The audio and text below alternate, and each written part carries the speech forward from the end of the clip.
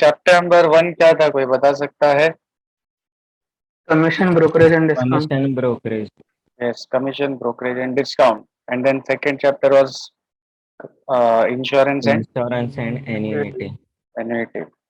Up chapter number 3 is linear regression. Now what do you mean by linear regression? Linear regression को study करने से पहले देखो हमको थोड़ा सा 11th को रिकॉल करना पड़ेगा. 11th में वैसे तो हमको याद होगा नहीं, बट फिर भी I try to recollect. We have done something related to bivariate frequency and correlation. Bivariate frequency and correlation. Bivariate का मतलब क्या? दो variables. What do you mean by bivariate? Two variables. और कोरिलेशन का मतलब उन दो वेरिएबल्स के बीच में कैसा कनेक्शन है या कैसा रिलेशन है. अब ये जो कोरिलेशन है ये तीन टाइप के होते हैं. कितने टाइप के? तीन टाइप के. Positive, negative and zero. Positive meaning both the variables will change in same direction. Either both of them will increase or both of them will decrease. Negative मतलब if one increases other will decrease, मतलब opposite direction. और zero मतलब there is no relation at all between the two variables. तो 11 में हमने दो variables के लिए correlation किया था. दो variables के लिए क्या किया था? correlation मतलब दो variables के बीच में कैसा connection है. पॉजिटिव है, नेगेटिव है और जीरो. और साथ ही साथ हम उसकी डिग्री भी चेक करते थे. डिग्री मीनिंग उसकी स्ट्रेंथ, वो कितना स्ट्रांग है या कितना वीक है. फॉर एग्जांपल एक्सपेंडिचर और इनकम क्या आपस में रिलेटेड है? बोलो, एक्सपेंडिचर और इनकम आपस में रिलेटेड है क्या? Yes. Yes, sir. कैसे रिलेटेड है? Expenditure depends on income. जितना इनकम बढ़ेगी मेरा खर्चा भी वैसे वैसे क्या होता जाएगा? बढ़ता जाएगा. बराबर. तो ये दोनों कैसे रिलेशनशिप में है? पॉजिटिव को रिलेशनशिप. कैसा रिलेशनशिप है? पॉजिटिव. मतलब both will change in same direction. दूसरी तरह डिमांड एंड प्राइस. कैसा रिलेशन है डिमांड और प्राइस में? बोलो. Negative. नेगेटिव. मतलब if one increases the other will decrease and vice versa. ठीक है. तो हमको दोनों के बीच का एसोसिएशन जो है वो कौन बताता था? कोरिलेशन. तो correlation is actually the degree and nature of association between the two variables. क्या है correlation? Nature and degree of association between two variables. Nature मतलब positive, negative या zero, और डिग्री मतलब स्ट्रेंथ, कितना स्ट्रांग या कितना वीक. बट कोरिलेशन का एक लिमिटेशन था, एक ड्रॉबैक था कि मान लो अगर मेरे पास कुछ एक्स और वाई के डेटा सेट्स है. जैसे एक्स मान लो अगर किसी की सैलरी 10,000 है तो उसका एक्सपेंडिचर 8,000 रुपए है. किसी की सैलरी 25,000 है तो उसका एक्सपेंडिचर 18,000 है. फिर किसी की सैलरी 30,000 है तो उसका एक्सपेंडिचर मान लो 21,000 है. किसी की सैलरी 15,000 है तो उसका एक्सपेंडिचर 13,000 है. तो हमारे पास कुछ डेटा सेट है. तो इन डेटा सेट को स्टडी करके कोई बोल रहा है कि अगर किसी की सैलरी 40,000 है तो उसका एक्सपेंडिचर क्या होना चाहिए. तो ये जो है अननोन वैल्यू फाइंड करना, ये कोरिलेशन के थ्रू पॉसिबल नहीं था जो हमने 11 में किया था. ठीक है. I repeat one more time.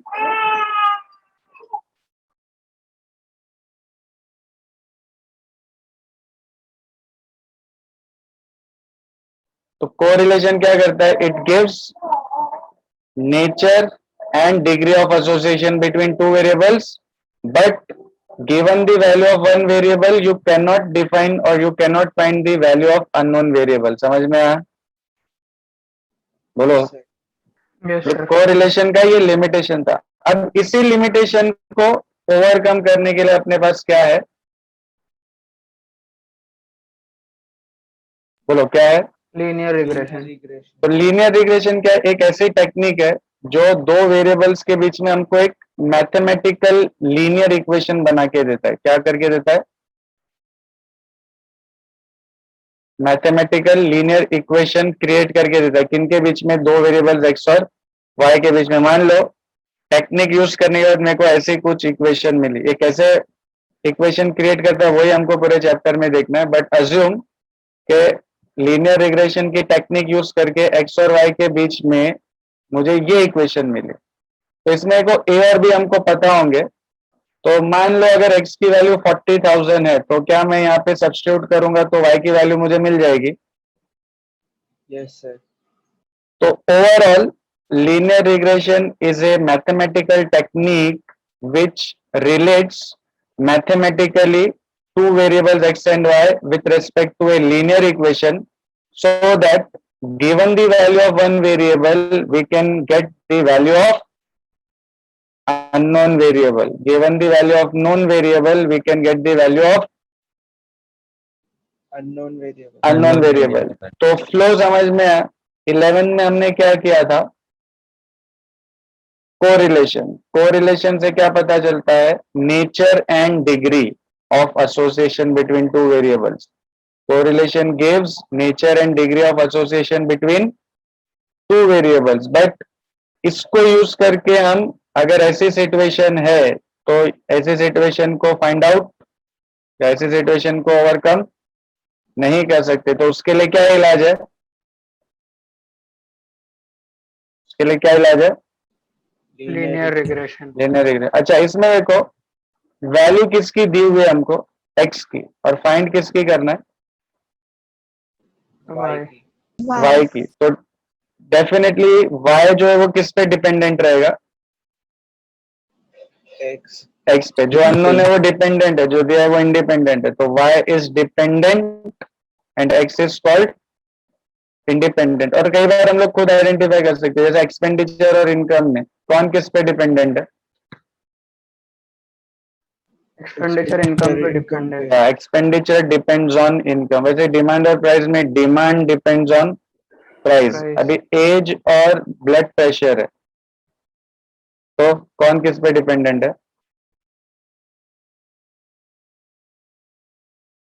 बोलो कौन किस पे डिपेंडेंट है। Blood pressure. H. Blood pressure, हाँ किस पे डिपेंडेंट है, एज, एज। एज पे। क्लियर है, समझ में आ गया सबको। Yes sir. ठीक है, तो अभी देखो इसका टेक्निकल डेफिनेशन अगर हमको लिखना है तो वो यहाँ पे दिया हुआ है, दिख रहा है। Linear regression is a method of predicting the value of one variable when the value of all other variables are known और स्पेसिफाइड। मतलब बाकी सारी चीजें दी हुई है तो कोई एक अननोन वैल्यू हम लोग फाइंड कर सकते हैं, और उसी मेथड को क्या बोलते हैं, लीनियर रिग्रेशन। अच्छा इसमें देखो दी वेरिएबल बीइंग प्रिडिक्टेड, प्रिडिक्टेड मतलब जो वेरिएबल हम फाइंड करना चाहते हैं इज कॉल्ड एज रेस्पॉन्स और डिपेंडेंट वेरिएबल। और जो वेरिएबल की वैल्यू हमको दी हुई है उसको क्या बोलते हैं, डिपेंडेंट वेरिएबल और सॉरी इंडिपेंडेंट वेरिएबल और Predictors. प्रेडिक्टर्स। तो जो अननोन है या जो डिपेंडेंट है उसको क्या बोलते हैं, रेस्पॉन्स वेरिएबल। और जो वैल्यू दी हुई है या इंडिपेंडेंट है उसको क्या बोलते हैं, प्रेडिक्टर। उसको क्या बोलते हैं, प्रेडिक्टर। अंडरस्टूड। तो यहाँ पे देखो ये पूरा जो है ना, यहाँ पे मैं मार्क कर देता हूँ, इसको थोड़ा सा मैं जूम इन कर देता हूँ, विजिबल है अभी एकदम क्लियरली। तो Yes, sir. तुम लोग को यहाँ से लेके यहाँ तक लिखना है, ठीक है। अच्छा अभी लीनियर रिग्रेशन जो है वो दो टाइप के होते हैं, अभी थोड़ी देर पहले ही मैंने बताया। एक्सपेंडिचर डिपेंड कर रहा है अगर इनकम पे, तो अगर मैं इसको x मान लूं और इसको y मान लूं तो मैं क्या बोलूंगा, क्या बोलूंगा, x depends on y। Correct है, बोलो सही है। Yes, sir. Yes sir. और अगर मैं उल्टा मान लूं, जैसे एक्सपेंडिचर को y मान लूं और इनकम को x मान लूं, तो मैं क्या बोलूंगा, y depends on x. x। तो रिग्रेशन के कितने टाइप हमको डील, कितने टाइप के साथ हमको डील करना है, दो टाइप के साथ। एक है x डिपेंड्स ऑन y, इसको शॉर्टकट में क्या बोलते हैं, x ऑन y, शॉर्टकट में क्या बोलते हैं, X on Y. X on Y. और y डिपेंड्स ऑन x को शॉर्टकट में क्या बोलते हैं, Y on X.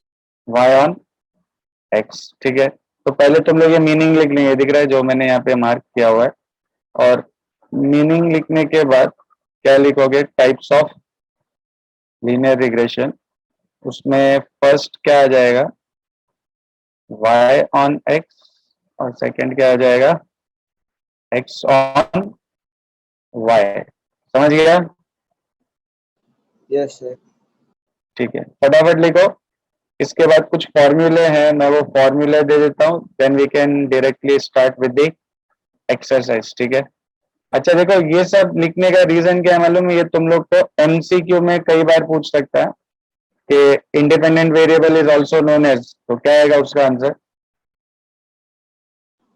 Predictors. हाँ, Predictor. Dependent variables are also known as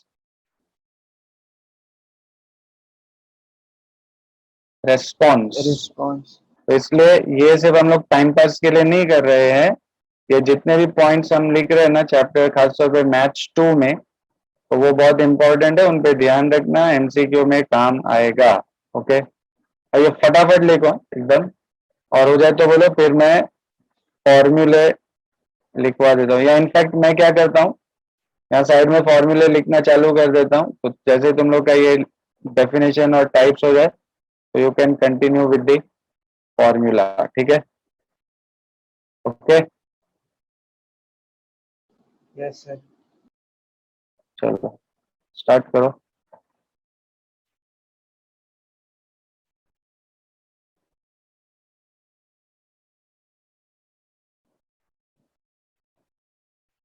हाँ देखो, जब ये दोनों लिख के हो जाए ना, तो तुम लोग को ये स्क्रीन पे दिख रहा है फॉर्मूले कितने हैं, 1 2 3 4 5 एंड 6। अच्छा, 4 का फर्स्ट दिख रहा है, मैंने क्या लिखा है, 4 का फर्स्ट क्या एडिंग है, Y on X. तो तुम लोग यहाँ पे एक वर्टिकल लाइन ड्रॉ करके क्या लिखोगे वहां पे, सेकंड पॉइंट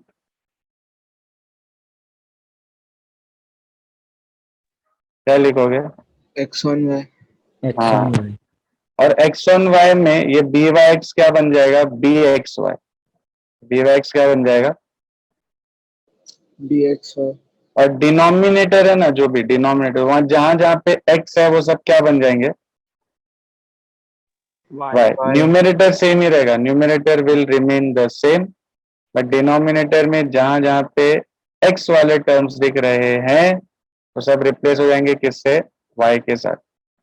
तो तुम लोग क्या करेंगे, ये फोर्थ पॉइंट में एक वर्टिकल लाइन ड्रॉ करेंगे, एक साइड पे क्या लिखोगे, y on x dy x की वैल्यू, और एक साइड पे क्या लिखोगे, X on Y.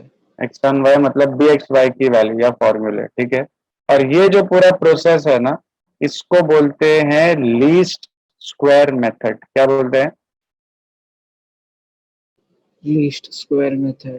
Yes, least मतलब ये मेथड का नाम है, ये प्रोसेस फॉलो करके हम जो भी क्वेश्चन करेंगे तो समझ में आएगा कैसे प्रेडिक्ट करते हैं। तो this whole process is known as the least square method. तो ये फटाफट लिख लो, 6 पॉइंट हो जाए तो बोलो, फिर मैं सीधा एक्सरसाइज स्टार्ट करता हूँ। ठीक है, और बोलो हो जाए तो let me know, then will start.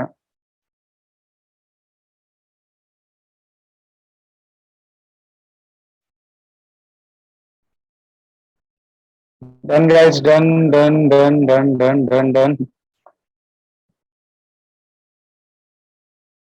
Yes, sir. ठीक है, अब देखो इनको यूज कैसे करना है। अब फॉर्मूले तो वैसे बहुत ज्यादा दिखाई दे रहे होंगे तुम लोगों को, लेकिन देखो यूजुअली हमको रिग्रेशन कोएफिशिएंट और फिर रिग्रेशन इक्वेशन फाइंड करना है डायरेक्टली, और ज्यादातर ये जो रिग्रेशन कोएफिशिएंट के 3 फॉर्मूले दिख रहे हैं ना, उसमें मोस्ट ऑफ द टाइम्स हम कौन सा फॉर्मूला यूज करेंगे,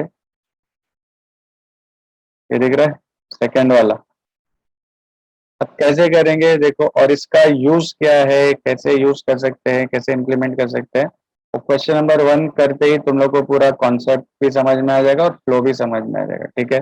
ये रेस कर दूं, फॉर्मूला सबके सामने है रेफरेंस के लिए, Yes, sir. ठीक है।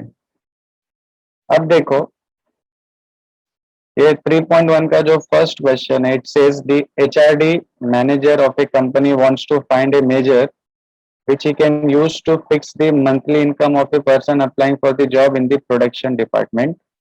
अब वो मैनेजर क्या करना चाहता है, चेक करना चाहता है कि प्रोडक्शन डिपार्टमेंट में किसी की सैलरी में कैसे फिक्स करूं, मतलब कोई अगर मेरे पास अप्लाई करे उस पर्टिकुलर डिपार्टमेंट के लिए तो व्हाट शुड बी सैलरी। ऐसे हवा में तो रैंडमली पिक नहीं कर सकते ना सैलरी को, तो उसको सैलरी को फिक्स करने का एक तरीका होना चाहिए। तो वो चाहता है वो तरीका आइडेंटिफाई करे वो मैनेजर।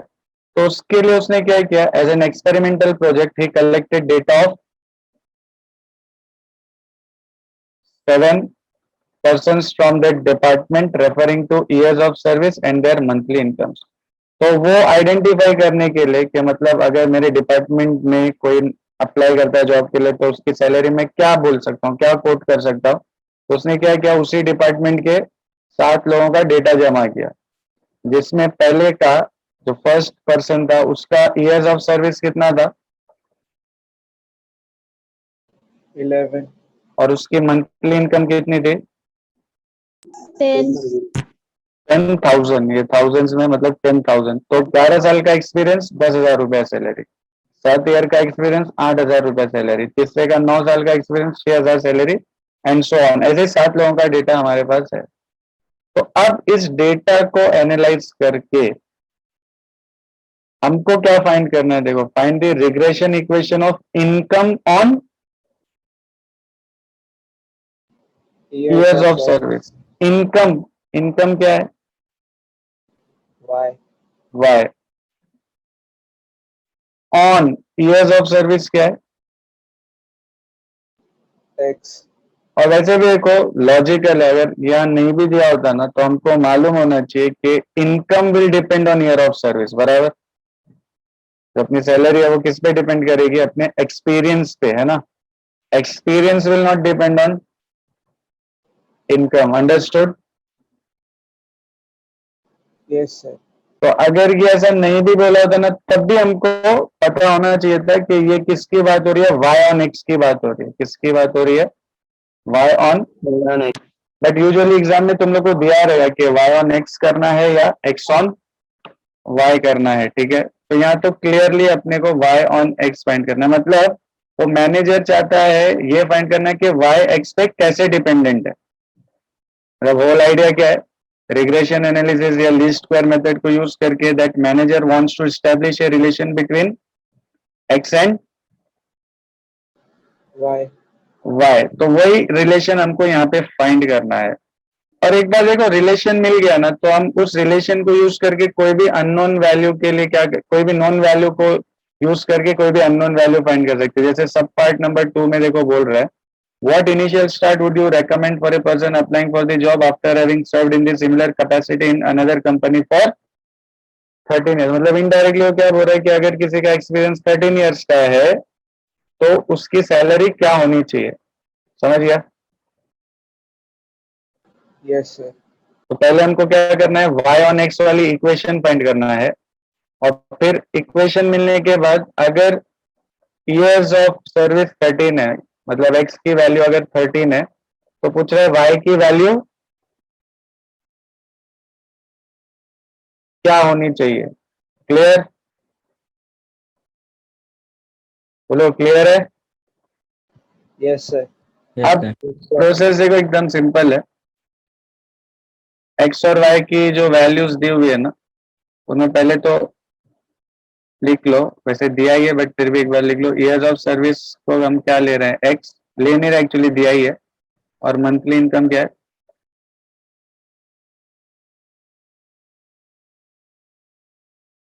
और मंथली इनकम दिया है इन थाउजेंड्स, ठीक है। तो हम क्या ले लेते हैं, वाई। तो एक्स और वाई की वैल्यूज दी हुई है, क्या क्या है एक्स और वाई की values, 11, 7, 9, 5, 8, 6, 10 and corresponding values of Y क्या क्या है, 10, 8, 6, 5,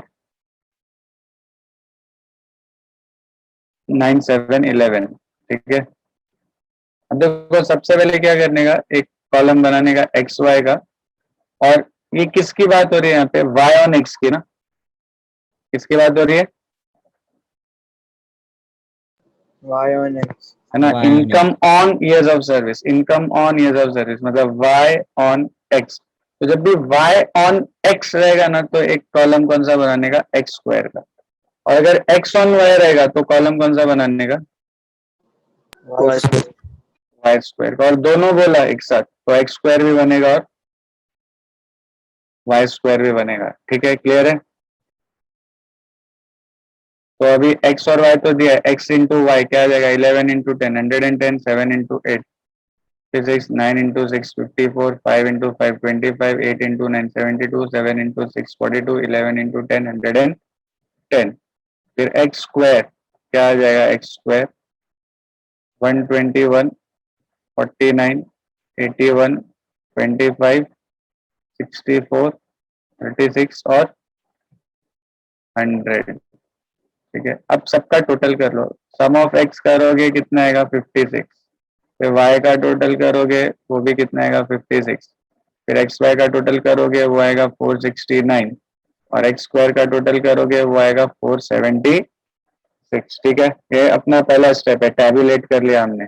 ऑलराइट, अब इसमें कितने ऑब्जर्वेशन दिया था हमको, 1 2 3 4 5 6 और 7। 7. तो n की वैल्यू कितनी है यहाँ पे,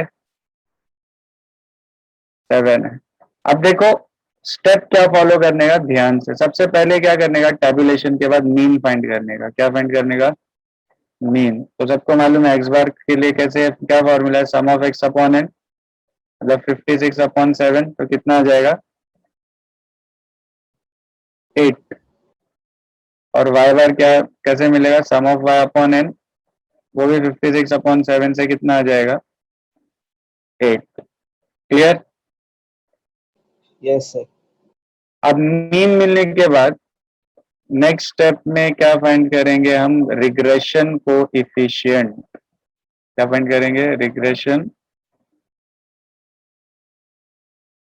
कोएफिशिएंट। ठीक है, अब रिग्रेशन कोएफिशिएंट कौन सा चाहिए अपने को, बी वाई एक्स चाहिए ना, और मैंने क्या बोला था, 3 फॉर्मूले है हमारे पास। बट जब भी ऐसा हम टैबुलेट करेंगे ना, एक्स दिया रहेगा वाई दिया रहेगा और हम एक्स वाई स्क्वायर टैबुलेशन करके सॉल्व करेंगे, तो कौन सा फॉर्मूला यूज करने का, वो बोला था मैंने, सेकंड वाला, याद है, थोड़ा रिकॉल करो, कौन सा था वो सेकंड वाला फॉर्मूला, ये वाला, sum of X Y minus N X bar Y bar divided by sum of X square minus N X bar the whole square. और तुम लोग खुद रियलाइज कर सकते हो कि वो जो डी वाई एक्स के 3 फॉर्मूले दिए हुए हैं ना, उसमें अपने काम का यही है, क्योंकि यही सारी वैल्यूज हमारे पास अवेलेबल है। Got it. Yes, sir. अब कुछ नहीं, वैल्यूज रख दो, सम ऑफ एक्स वाई कितना है 469 minus 7 into 8 into 8 divided by 476 minus 7 into 8 का स्क्वायर। तो ये 469 माइनस कितना आ जाएगा, ये 7 into 8 into 8, hello, it is the 64 into 7 how much, 448 448, yes। तो नीचे भी वही आएगा 4487 इंटू 8 इंटू 8, तो हो जाएगा 21/28 विच इज 3/4, 3/4 मतलब 0.75। अब देखो ये जो 0.75 है ना, ये वैल्यू, ये एक्चुअल में है क्या, ये क्या है, y ऑन x है ना, y ऑन x मतलब y depends on X. x, y depends on x, y depends on x का मतलब y बी वाई एक्स की वैल्यू 0.75 का मतलब क्या हुआ कि x अगर 1 यूनिट चेंज होगा तो y कितना यूनिट चेंज होगा, 0.7. हाँ, और पॉजिटिव है ये वैल्यू, पॉजिटिव मतलब दोनों या तो एक साथ इंक्रीज होंगे या दोनों एक साथ डिक्रीज होंगे। तो ओवरऑल इसका मतलब ये हुआ कि x अगर 1 यूनिट बढ़ेगा तो y कितना यूनिट बढ़ेगा 0.7 और 0.7 x अगर 1 यूनिट कम होगा तो y कितना यूनिट कम हो जाएगा? 0.75. अच्छा, अभी 0.2 अपने केस में x क्या है? ईयर्स ऑफ सर्विस मतलब एक्सपीरियंस, और y क्या है? Monthly income. तो इससे अपने को ये समझ में आ रहा है कि अगर किसी का एक्सपीरियंस 1 साल बढ़ा तो उसकी सैलरी कितने से बढ़ जाएगी? 0.75 बट ये 0.75 क्या 1000 है, तो 0.75 मतलब 750 रुपीज। तो इसका मतलब ओवरऑल अगर किसी इंडिविजुअल का एक्सपीरियंस 1 साल बढ़ेगा तो अल्टीमेटली उसकी सैलरी कितने रुपए से बढ़ जाएगी? 750 रुपए। तो यहाँ पे देखो एक आइडिया जनरेट हो गया कि किसी का एक्सपीरियंस अगर इतना इतना है तो किस बेसिस पे उसको सैलरी कोट करना चाहिए। समझ में आया? बोलो, समझा? yes sir yes sir अब नेक्स्ट हमको क्या फाइंड करना है फाइनल स्टेप में? रिग्रेशन इक्वेशन, रिग्रेशन इक्वेशन या रिग्रेशन लाइन भी बोलते हैं। क्या थी रिग्रेशन इक्वेशन बोलो? और डेफिनेटली y ऑन x ही यूज करना है। तो क्या थी? ये थी equation y minus Y bar equals to B Y X into X minus X bar. तो ये y माइनस वाई बार कितना है? 8 और x बार भी 8 है। तो y माइनस वाई बार मतलब y minus 8, B Y X की वैल्यू क्या है? 0.75 और x minus X bar is also 8। तो इसको थोड़ा सा रीअरेंज करेंगे तो y माइनस 8 ये एक्सपेंड करने पे क्या आ जाएगा? 0.75x, और फिर इन दोनों को मल्टीप्लाई करोगे तो ये 0.75 इंटू 8 से क्या हो जाएगा? 6। अब ये माइनस 8 उधर जाके क्या हो जाएगा? plus plus 8। तो माइनस 6 और प्लस 8 क्या हो जाएगा? प्लस 2। तो फाइनली y इक्वल टू क्या आ जाएगा? 0.75x plus 2। तो ये अपनी फाइनल इक्वेशन है y on x, y on x। समझ में आया? बोलो, इजी है? तो यहाँ हमने क्या कर दिया? एक रिलेशन स्टैब्लिश कर लिया किसके बीच में? ईयर्स ऑफ सर्विस और इनकम के बीच में। तो अब यहाँ पे देखो x की कोई भी वैल्यू दी हुई हो तो हम उसके लिए क्या फाइंड कर सकते हैं? Corresponding value of. y जैसे यहाँ पे पूछ रहे हैं ना, what initial start would you recommend for a person applying for the job having served in the similar capacity in the another company for the, मतलब किसी का एक्सपीरियंस अगर वो बोल रहा है 13 इयर्स है, मतलब x की वैल्यू अगर 13 है तो y क्या होगा? यही है ना क्वेश्चन। तो क्या करेंगे? ये जो इक्वेशन अभी हमने डेवलप की है इसमें x की जगह पे क्या रख देंगे? 13 यस, तो 0.75 इंटू 13 प्लस 2 तो हो जाएगा 9.75 प्लस 2, तो ये क्या हो जाएगा? 11.75। बट 11.75 क्या है? 1000 है ना? तो इसका मतलब एक्चुअल y की वैल्यू क्या हो जाएगी? ₹11,750। 50 तो इसका मतलब अगर किसी का एक्सपीरियंस 13 इयर्स का है तो उसको कितनी सैलरी मिलनी चाहिए? तो वो मैनेजर सोचेगा नहीं, वो उसको बोल देगा देखो भाई हमारी कंपनी में ये ट्रेंड चल रहा है, तो अगर तुम्हारा 13 साल का एक्सपीरियंस है तो तुमको इतनी सैलरी मिलेगी, करना है तो करो, नहीं करना है तुम्हारी मर्जी। समझ गया? yes sir अच्छा, अभी मैंने क्वेश्चन नंबर 1 पूरा कर दिया, ठीक है? फ्लो समझ गया सबको? फ्लो समझ गया? कोई डाउट, कोई प्रॉब्लम? no बोलो। sir. ठीक है, अब तुम लोग 1 करने के बाद क्वेश्चन नंबर 2 और 3 दिख रहा है? सेम है, क्या है? सेम। क्वेश्चन नंबर 2 में डेटा दिया है बट वहां पे दोनों फाइंड करना है, एक्स ऑन वाई भी और। Y on X. तो तुम लोग जब टेबल बनाओगे तो एक्स वाई एक्स स्क्वायर के साथ साथ एक और कॉलम कौन सा बनेगा? y square और फिर यहां तक तो सेम स्टेप आएंगे मतलब वाई ऑन एक्स के लिए, फिर यही स्टेप वापस से रिपीट करोगे किसके लिए? x on y हाँ, ये मतलब कौन सा? ये वाला। यहाँ पे अभी जो मैंने रिग्रेशन कोएफिशिएंट में बी वाई एक्स किया उसकी जगह पे तुम लोग dxy करेंगे और रिग्रेशन इक्वेशन भी कौन सी यूज करेंगे, x ऑन y की, x minus X bar equal to B X Y into Y minus Y bar, बराबर। ये वाला स्टेप की जरूरत नहीं उसमें क्योंकि कुछ भी अननोन नहीं दिया है, सिर्फ इक्वेशन फाइंड करना है, बट दोनों y ऑन x भी और x ऑन y भी। क्लियर है? Yes, sir. और ये जो थर्ड क्वेश्चन है इसमें देखो टैबुलेट करने की भी जरूरत नहीं है, सब रेडीमेड यहाँ पे दे दिया है सब रेडीमेड। जो हम यहाँ टैबुलेशन से फाइंड कर रहे हैं वो डायरेक्ट दे दिया हमको, तो सीधा क्या फाइंड करेंगे, ये मीन्स फाइंड कर लेंगे। इसमें एक कोवेरियंस पूछ रहा है, कोवेरियंस तो है ना फॉर्मूला कोवेरियंस का, दो फॉर्मूला लिखवा है, देखना कौन सा सूटेबल है, वैल्यू सब्स्टिट्यूट करोगे कोवेरियंस मिल जाएगा।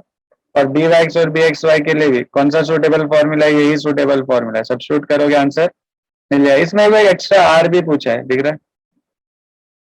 Yes, sir. तो अभी फिलहाल ये आर को स्किप करो, ये अपने को 3.2 में आएगा। आर मतलब क्या, कोएफिशिएंट ऑफ कोरिलेशन। वैसे आर होता है क्या है, root of D Y X into B X Y, लेकिन वो पूरा 3.2 में क्योंकि कॉन्सेप्ट आने वाला है तो इसलिए ये वाले आर को तुम लोग यहाँ पे सॉल्व मत करो, मान लो यहाँ पे ये है ही नहीं, ठीक है, ये हम लोग 3.2 में इसको कंसिडर करेंगे। तो question number 1, question number 2, question number 3 सबको परफेक्टली समझ में आ गया? Yes, sir. पक्का एकदम? कोई डाउट है, कोई कंफ्यूजन है? No, sir.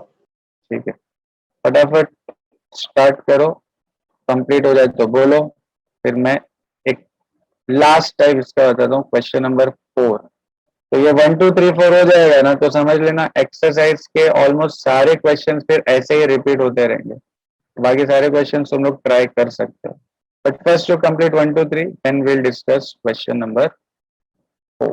ओके, और हो जाए तो बोलो बोलो, ठीक है। वाला आ गया क्या, कोई टोटल वैल्यूज बता सकता है, X Y X Y X square Y square, X का टोटल कितना है, 70, वाई का 40, एक्स वाई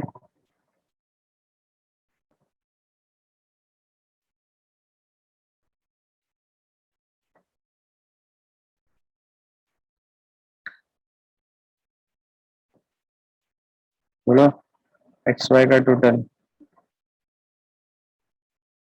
किसी को भी नहीं मिला? ठीक है, करो करो करो। 620. 620 और X square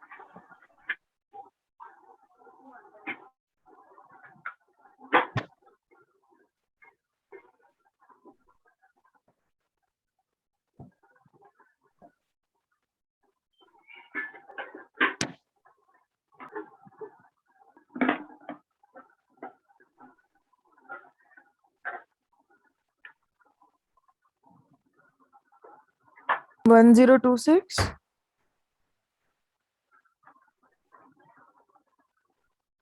and what about Y square? sir. XY 600 आएगा. पक्का? Y square 388. बस अभी क्या करना है तुम लोग को, मीन फाइंड करना है, फिर regression coefficient y on x का पहले कर लेंगे, फिर regression equation y on x कर लेंगे, फिर ये दोनों पॉइंट में y ऑन x की जगह पे क्या यूज कर लेंगे, x on. X on Y. अच्छा, मैं देखो एक छोटा सा कॉन्सेप्ट है वो बता देता हूँ क्वेश्चन नंबर 4 का, तो ओवरऑल सारे कॉन्सेप्ट्स अपने कवर हो जाएंगे। कॉन्सेप्ट्स काफी इजी है वैसे, देखो क्वेश्चन नंबर 4 में x और y की वैल्यूज दी हुई है और वो पूछ रहा है कि अगर x 125 है तो y कितना होगा, तो कौन सा टाइप हमको यूज करना पड़ेगा, y ऑन x या x on y? Y on X. Yes, क्योंकि y अननोन है तो हम अज्यूम कर लेंगे कि y x पे डिपेंडेंट है, y ऑन x। तो अभी y ऑन x के लिए रूल क्या है, x y दिया हुआ है, हम क्या बनाते हैं x y और एक्स स्क्वायर, करेक्ट, यही रूल है। बट यहाँ पे अगर तुम लोग ऑब्जर्व करो ना, एक्स की वैल्यू काफी बड़े अमाउंट्स में दी हुई है ना। y Yes, sir. इतना बड़ा अमाउंट नहीं है, बट x तो डेफिनेटली बिगर अमाउंट्स में है ही, ठीक है। तो अपने को x और y का प्रोडक्ट फाइंड करना, फिर x का स्क्वायर करना थोड़ा सा डिफिकल्ट हो सकता है। तो ऐसे केस में क्या करने का, try to minimize the values of x and y। क्या करना है, x और y की वैल्यूज को रिड्यूस करना है, मिनिमाइज करना है। कैसे, देखो पहले मैं x और y की जो जो वैल्यूज है वो लिख लेता हूँ, ठीक है।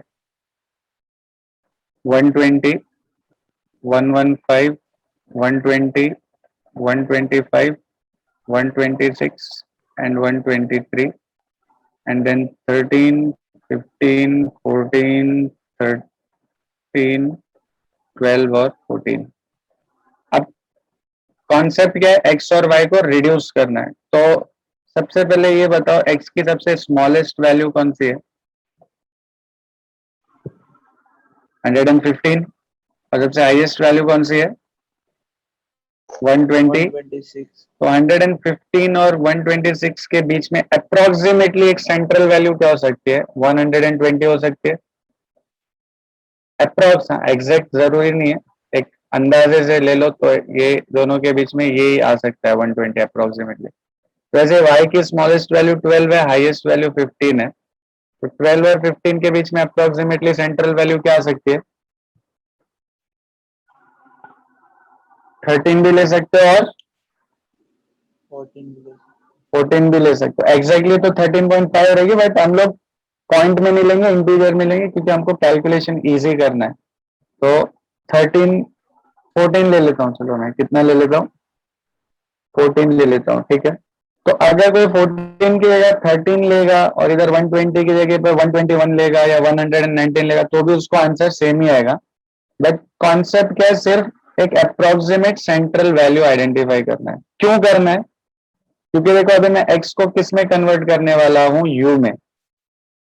कैसे, x में से क्या माइनस कर दूंगा, यही सेंट्रल वैल्यू, ठीक है। और उसी तरह आई एम कन्वर्टिंग y और transforming y in terms of v। कैसे, y में से जो y की सेंट्रल वैल्यू है वो सब्ट्रैक्ट करके। तो एकदम इजी है, देखो क्या किया मैंने, x को u में कन्वर्ट कर दिया। कैसे, x माइनस इनकी जो सेंट्रल वैल्यू थी वो, और y को v में कन्वर्ट कर दिया। कैसे, y माइनस इनकी जो सेंट्रल वैल्यू थी वो अप्रोक्सीमेट सेंट्रल वैल्यू, ठीक है। तो इससे हुआ क्या, देखो अभी x की फर्स्ट वैल्यू 120 है, तो अगर मैं यहाँ पे 120 रखूं तो 120 माइनस 120 क्या हो जाएगा, बोलो। 0. तो x 120 था, बट u देखो रिड्यूस हो गया, 0 बन गया। वैसे x अगर 115 है तो 115 माइनस 120 क्या हो जाएगा, -5, फिर 0, फिर +5, फिर 6, फिर 3। तो डोंट यू थिंक कि हमने x की जो बिगर वैल्यूज थी उनको u में कन्वर्ट करके काफी हद तक रिड्यूस कर लिया है? Yes, sir. ठीक है। अब नेक्स्ट क्या है, v। v है y माइनस 14, तो 13 minus 14 will be -1, 15 minus 14 will be 1, 14 minus 14 will be 0, 13 minus 14 will be -1, 12 minus 14 will be -2 and 14 minus 14 will be 0। अच्छा, अगर हम x और y ही रखते तो नेक्स्ट कॉलम कौन सा बनाते, xy और फिर x स्क्वायर। बट क्योंकि हमने x और y को u और v में कन्वर्ट कर दिया, तो अभी नेक्स्ट कॉलम कौन सा बनना चाहिए, UV. uv, और last column U square. u square, ठीक है। अब uv क्या आ जाएगा, 0, -5, 0, -5, -12 और 0, और u स्क्वायर क्या आ जाएगा, 0, 25, 0, 25, 36 और 9। अब क्या करना है, सबका टोटल। तो यहाँ पे x का टोटल मिल जाएगा, यहाँ पे y का टोटल मिल जाएगा, यहाँ पे u का टोटल मिल जाएगा, यहाँ पे v का टोटल मिल जाएगा, यहाँ पे uv का टोटल मिल जाएगा, और यहाँ पे u स्क्वायर का टोटल मिल जाएगा, ठीक है। इसके बाद हम क्या फाइंड करेंगे, वही मीन। बट मीन में देखो अभी यहाँ पे n कितना है, 5 है। मीन x का भी करेंगे, y का भी करेंगे, और साथ में u और v का भी करेंगे। मतलब u बार और v बार भी फाइंड करेंगे। Okay okay. Yes, sir. अब इसके बाद वाले स्टेप में हम क्या करते हैं, after completing the table and finding the mean, next step अपना क्या होता है, रिग्रेशन Coefficient. कोएफिशिएंट। अब देखो फॉर्मूला ये है, बट हमने तो x और y की जगह u और v में कन्वर्ट कर दिया ना, तो रूल इज वेरी इजी। देखो ये जो हमने ट्रांसफॉर्मेशन किया ना कुछ सब्ट्रैक्ट करके, इसको क्या बोलते हैं, शिफ्ट ऑफ ओरिजिन। क्या बोलते हैं? Shift of origin. तो अगर किसी ने मान लो x और y को u और v में कन्वर्ट नहीं किया होता, डायरेक्ट x और y की वैल्यूज लेके ही dy फाइंड करता हो, ऐसे ऐसा कुछ कर देता, x y, मान लो कैलकुलेटर यूज कर रहा है, वो डायरेक्ट सॉल्व करके dy निकालता, तो उसको जो आंसर मिलता ना, वही सेम आंसर हमको भी मिलेगा after converting u and v in terms of u and v। मतलब x और y को u और v में कन्वर्ट करके भी अगर मैं रिग्रेशन कोएफिशिएंट निकालूं ना, तो उसका आंसर कैसा आएगा, Same. सेम आएगा। तो इसको क्या बोलते हैं, regression coefficient is independent of shift of origin, independent of shift of origin. मतलब ये रिड्यूस करने का जो मेथड है ना, हमने सब्ट्रैक्ट करके x और y को u और v में रिड्यूस किया, इस मेथड को क्या बोलते हैं, shift of origin. But shift of origin करने से रिग्रेशन कोएफिशिएंट को कुछ भी फर्क नहीं पड़ेगा. नहीं पड़ता है। मतलब क्या हुआ कि by(x) will be same as bvu। तो bvu कैसे मिल सकता है हमको, sum of uv minus n into u bar v bar the whole divided by sum of u square minus n into u bar the whole square. अब ये सारी values यहाँ से उठा के सब्स्टिट्यूट कर देंगे तो अपने को क्या मिल जाएगा, dy(x) मिल जाएगा। और लास्ट में क्या फाइंड करेंगे, regression Equation. Equation. Regression equation तो वैसे ही रहेगी y माइनस वाई बार, क्योंकि देखो अपने पास x बार y बार तो ऑलरेडी है ही, तो dy हम प्रीवियस स्टेप से फाइंड कर लेंगे और सीधा यहाँ सब्स्टिट्यूट कर देंगे तो अपने को आंसर मिल जाएगा। तो ओवरऑल बड़ी वैल्यू अगर दी हुई है तो उनको रिड्यूस कैसे करना है और कैसे सॉल्व करना है, समझ में आ गया सबको? Yes, sir. तो देखो छोटी वैल्यू का तो काफी इजी केस है, बट बड़ी वैल्यू में एक स्टेप अपना बढ़ जाएगा, कौन सा, x और y को किस में कन्वर्ट करेंगे, u और v में, फिर u v u स्क्वायर, फिर सेम प्रोसेस फॉलो करके you can get the regression coefficient as well as the regression equation. Clear everyone? Yes, sir. तो अभी तुम लोग क्वेश्चन नंबर 2 करने के बाद ना ये क्वेश्चन नंबर 4 कर लेना, ठीक है? और इसका स्क्रीनशॉट ले लो सबसे पहले, तो इसका स्क्रीनशॉट लेके रख लो तो आगे कंफ्यूजन नहीं होगा, ठीक है? तो 1 करो, 2 करो, 4 करो और उसके बाद कौन सा करो, 3. 3 करो, ठीक है? तो ओवरऑल 3.1 के जितने पॉसिबल कॉन्सेप्ट्स थे वो हमने कवर कर लिए, बट फिर भी नेक्स्ट लेक्चर में वापस इसका एक दो क्वेश्चन करके वी विल स्टार्ट विथ 3.2, ठीक है? Yes, sir. चलो अभी काम पे लग जाओ और हो जाए लिख के तो लीव कर सकते हो, ठीक है?